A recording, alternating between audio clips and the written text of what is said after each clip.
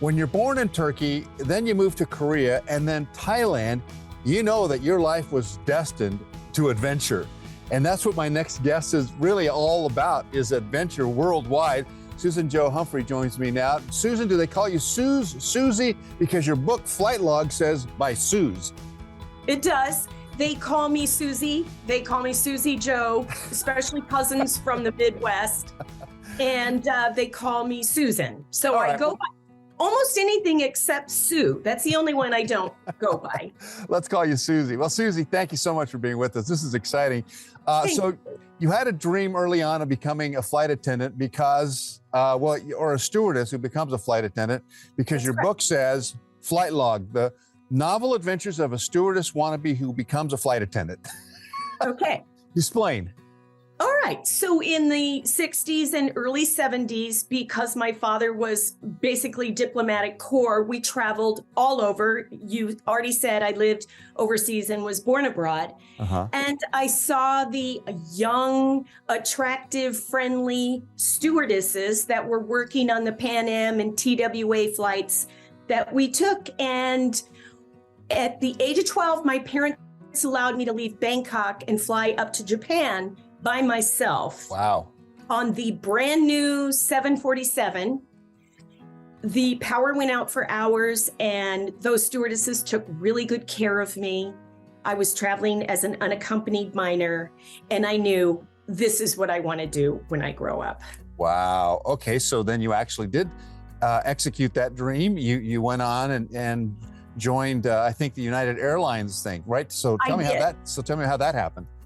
Okay, so after high school, I, of course, was encouraged by all my scholarly family to go jump into college. And I said, no, I just want to be a stewardess. That's all I want to do. I took a local job at the Bank of America in Coronado, California, and started applying to the airlines. At that point, most of them wanted you to be 20 or 21. Finally got an application out to United Airlines when I was 19 something. Wow. They hired me, but said you have to be at least 20 when you graduate. So I had to wait several more months before I could go to training. And I believe I turned 20 4 or 5 days before graduation. Amazing. So they were called stewardesses back then. So you're right. So actually, I didn't realize they had become flight attendants in the 3 or 4 years before I started. Is that right? Wow. Yeah. Yes. And so I think about what you're telling me is travel. So you've flown millions of miles all over the world. I have, and I still am. I'm a travel nurse. So. Wait a minute. Okay, so hang on a second. So you became a flight attendant. A stewardess became a flight attendant. When did you have time to become a nurse? Well, I know you can't tell, but I've been alive many, many decades. No, you look very. Yeah, I was saying. You said 747. I'm thinking to myself, how old is this woman? She looks so young. There's no way you were ever on the first flight of a 747 ever. Oh yes, I was. I was 12. It was one of the first flights. I did work for the airlines for 25 years. Then I just had some issues with raising teenagers and decided I needed to be home full time. So I quit the airlines in about 2003, 2004, ended up moving back to California, ended up moving to Arkansas, couldn't find a great job, went down to the local junior college. They looked at my math and science scores and said, you need to go to nursing school. So it was a long circuitous route. It wasn't direct. Isn't it interesting? You look back and you go, how many lives have I led? And that's right. How did I end up in this situation? And I think this is what your book's all about, right? The book is definitely about just the flying. So it's about my first year as a flight attendant with United Airlines, thinking I'm going to be a stewardess, but learning that I had to become a flight attendant. So is this a novel or is this kind of a... It is a novel. It is a novel. Okay, because it says the novel adventures. Right. I call it faction because it's very autobiographical. Almost everything in here happened to me or someone I know. And then, of course, to write a good story, you exaggerate and elaborate. And I did that too. Well, like a little exaggeration isn't a bad thing, especially if it keeps the story moving forward. So, Correct. So tell me, without giving away a lot of the good stuff in the book, what was kind of the most exciting or dangerous part of what you did? I was very young, and the last week of our training was emergency evacuation training. We went to the hangars in Chicago and learned to evacuate planes. And they had very sophisticated simulation at the time.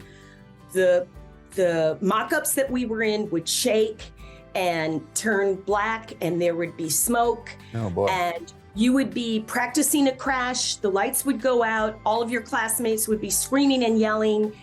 You would go to open your exit. The flight attendant in the jump seat beside you was told, "You're dead." So now you have to move their body and open their exit too. Oh my gosh. It was stressful. It was stressful. And I do cover that in my book, and it doesn't give anything else away. But you know, the thing about that is that, you know, I fly a lot. I think I hit 1 million miles this year for the first time. So, you know, so I do appreciate the service that we get, but you don't really appreciate or understand how good they are until they're in a stressful situation. And a couple of times when there's been turbulence or something, the flight attendants really shine when you see them calming the passengers and taking care of situations that really are, and so from becoming a flight attendant to becoming a nurse, it seems to me like a logical extension for you and your personality. I feel like it was. I do feel like my flight attendant training was so profoundly good. I've kept it with me. I think I could evacuate any airplane now with smoke and not able to see because the training was so good. And yes, it helped me a lot in my nurse training as well, especially the emergency side. And it's very nice to hear you say that.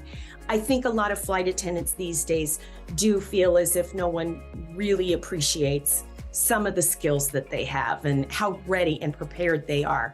They're very professional when it comes to an emergency situation. Yeah, they're very well trained. Yeah, if you fly a lot, you really do realize that. You come to really appreciate the work that they do, and everybody on the flight crew, they're all terrific. Well, listen, the book is called Flight Log, the novel adventures of a stewardess wannabe who becomes a flight attendant. Question for you. Yes, okay. I saw that you covered the Reagan campaign. I did, yes. In 1980, I was a junior flight attendant in New York, and I worked many of those charters. Oh, wow. We always had press on board. So there's a possibility that you have been on my airplane if you were covering. You know, they had the shuttles and stuff. I remember that. Yes. And there's a good chance. I flew the United shuttle a lot. And yeah, so thank you for your service. Thank you for everything that you did. You made flying comfortable and fun. And no doubt, when I was chasing Ronald Reagan across the country, you were there with me. That's amazing. Isn't it? That is amazing. Well, Thank you, Carlos, for making me so comfortable. Well, what a pleasure. It's been a pleasure speaking with you. All right. Susan Jo Humphrey. The book is called Flight Log. Thanks so much for being with us. Thank you.